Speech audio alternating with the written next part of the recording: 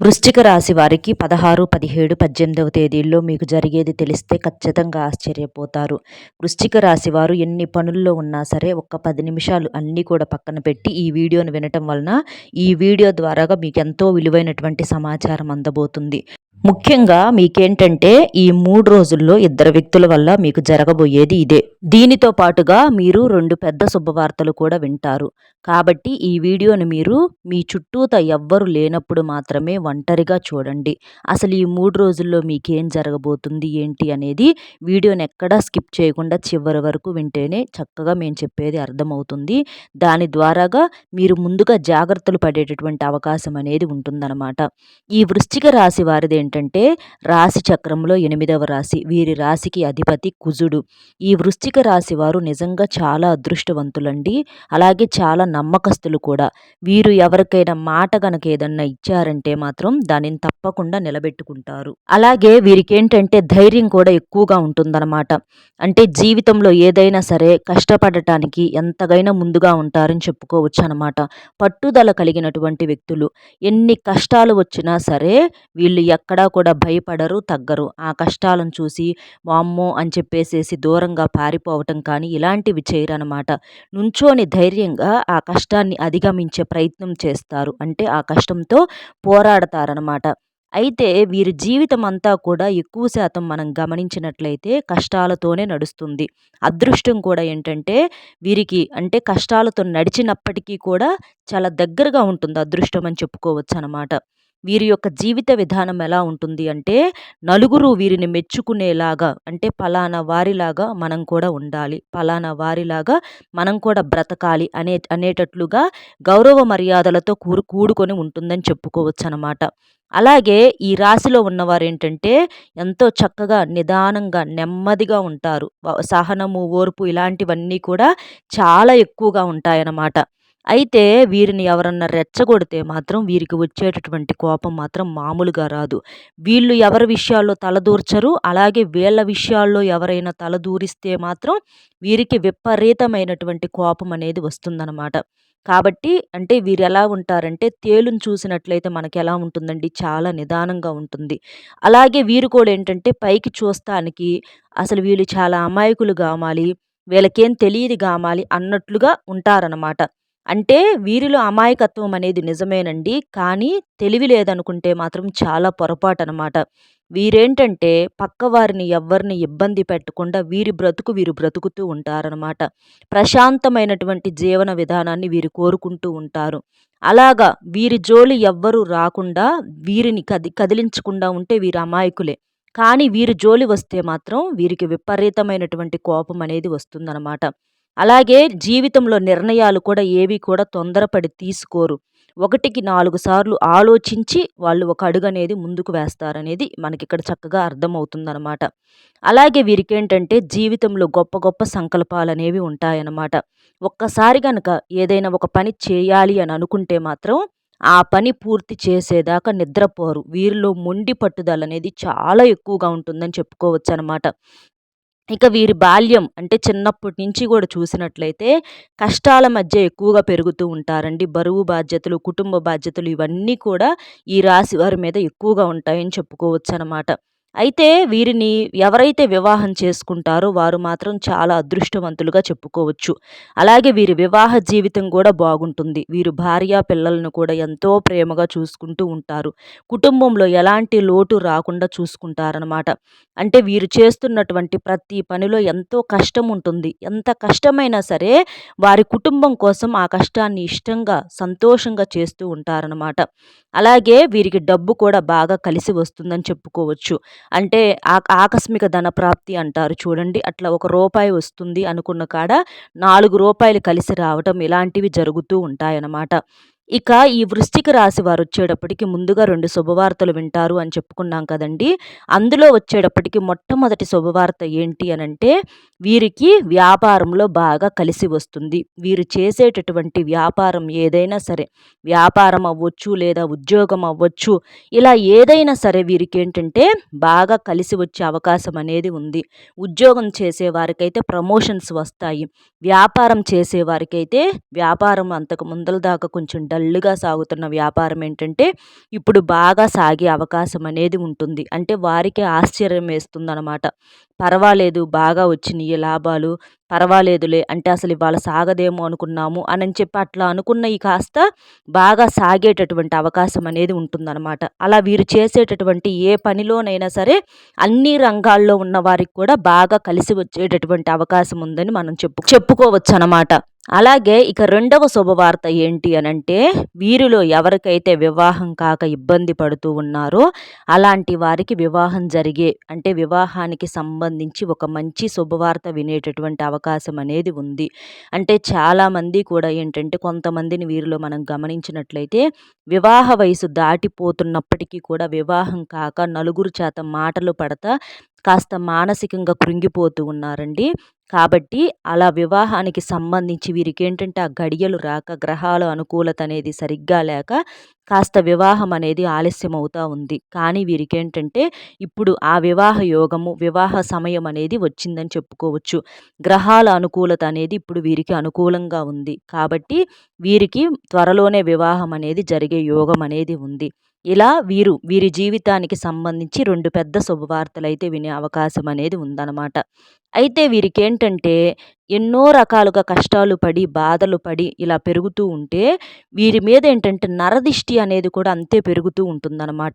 అంటే ఇరుగు పొరుగు వారవ్వచ్చు, లేదా ఎదురిళ్ళ వారు అవ్వచ్చు, బంధువుల్లో అవ్వచ్చు. ఇలా ఏంటంటే నరదిష్టి అనేది చాలా ఎక్కువగా ఉంటుందనమాట.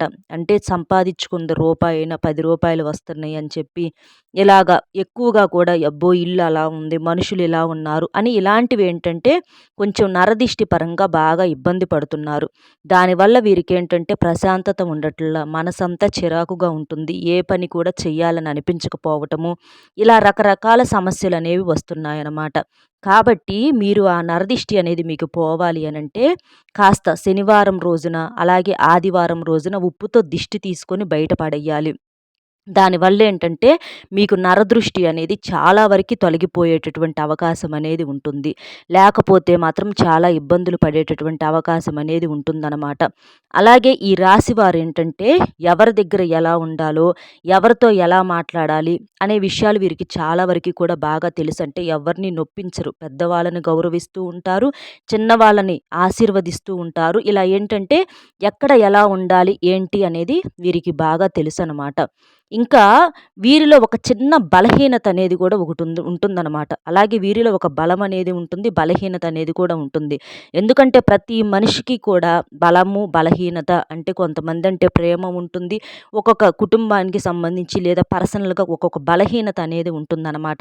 అలాంటి బలాలు కానివ్వండి, బలహీనతలు కానివ్వండి మీరు ఎవ్వరికీ చెప్పుకోమాకండి. అలా చెప్పుకోవటం వల్ల ఏంటంటే చాలా రకాలుగా ఇబ్బందులు పడే అవకాశం అనేది ఉంటుందన్నమాట. అంటే స్నేహితులని, బంధువులని బాగా క్లోజ్‌గా ఉంటున్నారని చెప్పేసేసి అలా ప్రతి పర్సనల్ విషయాలు కొన్ని కొన్ని విషయాలైతే భార్యాభర్తలు కూడా కొన్ని కొన్ని మరీ పర్సనల్‌గా అంటే మన జీవితానికి ఇబ్బంది వస్తున్నవి అని అనుకున్నప్పుడు చెప్పకపోవటమే మంచిదనమాట. అలా చేయటం వలన ఏంటంటే మీకు ఇబ్బందుల సంఖ్య అనేది తగ్గుతూ ఉంటుందనమాట. మామూలుగా అయితే భార్యాభర్తల మధ్య ఈ ఒకరికొకరికి మధ్య ఎటువంటి రహస్యాలు అనేవి ఉండకూడదు. భార్య అయినా, భర్త అయినా ప్రతి విషయం కూడా ఒకరికొకరు పంచుకోవాలి. కాకపోతే ఏంటంటే కొన్ని కుటుంబానికి సంబంధించినటువంటి విషయాలు అంటే పుట్టింట్లో సంబంధించినటువంటి విషయాలు కానివ్వండి కొన్ని కొన్ని ఉంటాయి. అలాంటివి ప్రతీదీ కూడా చెప్పుకోవటం వలన ఏంటంటే భార్యాభర్తలైనా సరే వారిద్దరి మధ్య కూడా లేనిపోని సమస్యలు వచ్చి విడిపోయే అవకాశాలనేవి చాలా ఎక్కువగా ఉంటుందన్నమాట. కాబట్టి ఏదైనా సరే ఒకరితో ఒక మాట మాట్లాడేటప్పుడు కాస్త జాగ్రత్తగా ఆలోచించి ఆచితూచి మాట్లాడటం అనేది చాలా మంచిదనమాట. అలాగే మీ జీవితంలో కూడా పొరపాట్లు అనేవి ఎప్పుడూ కూడా పొరపాటుగా కూడా చేయమాకండి. ఎందుకంటే చాలా వరకి ఈ రాశి వారేంటంటే చాలా జాగ్రత్తగా ఉంటారండి. కాకపోతే ఒక్కొక్కసారి ఏంటంటే విధి, తలరాత అనుకోవాలో ఇట్లా ఏంటంటే కొన్ని కొన్ని సమస్యలు, కొన్ని కొన్ని నిందలనేవి వీరి మీద వచ్చి పడేటటువంటి అవకాశం అనేది ఉంటుంది. కాబట్టి నిజమేంటనేది మీకు తెలుసు, ఆ భగవంతుడికి తెలుసు. కాబట్టి ఆ భగవంతుడి మీద భారం వేసేసి మీరు ప్రశాంతంగా మీ పనుల్లో మీరు మునిగిపోండి. ఏది ఎవ్వరిని పట్టించుకోవద్దు. ఎప్పుడైనా సరేనండి మన మంచితనం మనల్ని ఎప్పుడూ కాపాడుతూ ఉంటుంది. మనల్ని ఎవరైతే ఊరికినే ఏడిపిస్తారో వారికి ఈరోజు కాకపోయినా రేపైనా సరే తప్పకుండా శిక్ష అనేది పడి తీరుతుందనమాట. కాబట్టి మీరు దైవాన్ని నమ్ముకోండి. ఆ దైవమే మిమ్మల్ని ఎప్పుడూ కూడా కాపాడుతూ ఉంటుంది. అలాగే మీ జీవితానికి సంబంధించి ఏదైనా నిర్ణయాలు తీసుకునేటప్పుడు 1కి 4 సార్లు ఆలోచించి మీరు నిర్ణయం అనేది తీసుకోండి. ఎందుకంటే మీరు తీసుకునేటటువంటి ఆ నిర్ణయం మీదే మీ జీవితం అనేది ఆధారపడి ఉంటుంది కాబట్టి, వారి మాట ఎంతవరకు వినాలో, ఎంతవరకు వినకూడదో అనేది మీరు అర్థం చేసుకోవాలి. కాబట్టి బయటి వారి మాటలు ఎక్కువ శాతం వినకండి. అవి మీకు వచ్చి రావనమాట. మీ మనసుకు ఏది కరెక్ట్ అనిపిస్తుందో అది చేయండి. ఒకవేళ ఎదుటివారి మాట అంగీకారంగా ఉన్నప్పుడు అలాంటప్పుడు వారి మాట తీసుకోవచ్చు. ఇబ్బందులైతే ఏమీ లేదండి. ఈ 3 రోజులైతే మీకు పెద్దగా ఇబ్బందులైతే ఏమీ ఉండవు. మీకంతా కూడా అనుకూలంగా ఉంటుంది ఇలాంటి జాగ్రత్తలు తీసుకోవటం వలన. అలాగే కాస్త పెండింగ్‌లో ఉన్నటువంటి పనులన్నీ కూడా పూర్తవుతూ ఉంటాయన్నమాట. ఆర్థికంగా బాగా కలిసి వచ్చే అవకాశం గతంతో పోల్చుకున్నట్లయితే ఉద్యోగాలు చేసేవారికి కూడా మీరు చేసేటటువంటి దగ్గర ప్రమోషన్స్ రావటం కానీ, ఒక మంచి అంటే గౌరవం రావటం కానీ, ఇలాంటి అవకాశాలనేవి కూడా ఉన్నాయి. సమస్యలు కూడా చాలా వరకి కూడా తొలగిపోతాయి. అప్పులు కూడా తీర్చుకుంటూ ఉంటారనమాట.